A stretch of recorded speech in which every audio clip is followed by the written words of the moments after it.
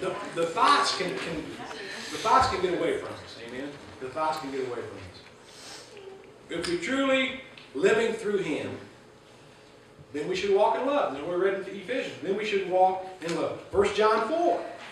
Stay here with me. Drop down to verse 16. It says, and we have known and believed the love that God hath to us. God is love. And he that dwelleth in love dwelleth in God, and God in him. The word dwell. If we have given our lives to Jesus, then we should dwell, or what we read over in John 15, we should abide in Him. Okay? Here's the thing you need to ask yourself and always remember. Truly, and I don't get into the part of saying, okay, who's saved and who ain't. That's not my job. That's not my job. My job as leadership of the church is try to recognize your gifts. There are different gifts that God's given you, and try to help you, encourage you to use those gifts.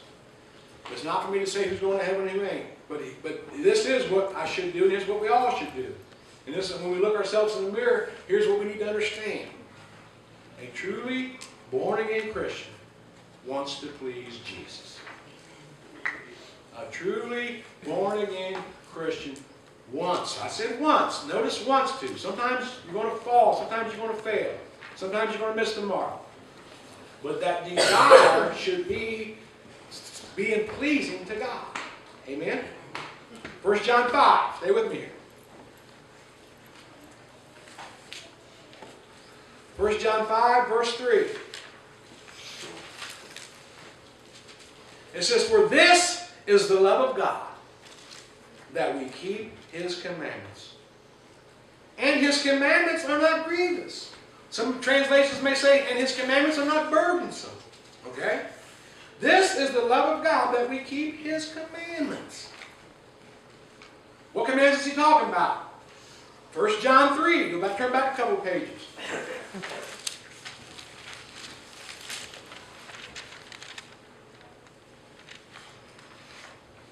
1 John 3, verse 23.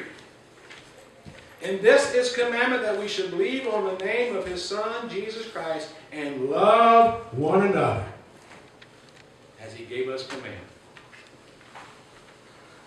That love He's talking about here, it's agape. There's three kinds of loves. Actually, there's four, but it's tricky in how you see it. But there's three kinds of loves in the Bible. There's agape love. There's what they call eros. In the Greek, that's what they call eros, which means basically, that's where the word erotic comes from. It's talking about a sexual love. And then there's what they call phila. If I'm pronouncing that right in Greek, I'm no Greek scholar. Okay? With what they call, and that's where we get the term brotherly love. City, Philadelphia, brotherly love. It's that brotherly love. But this love he's talking about is that agape love. What commandments is he talking about? The commandments that we love each other.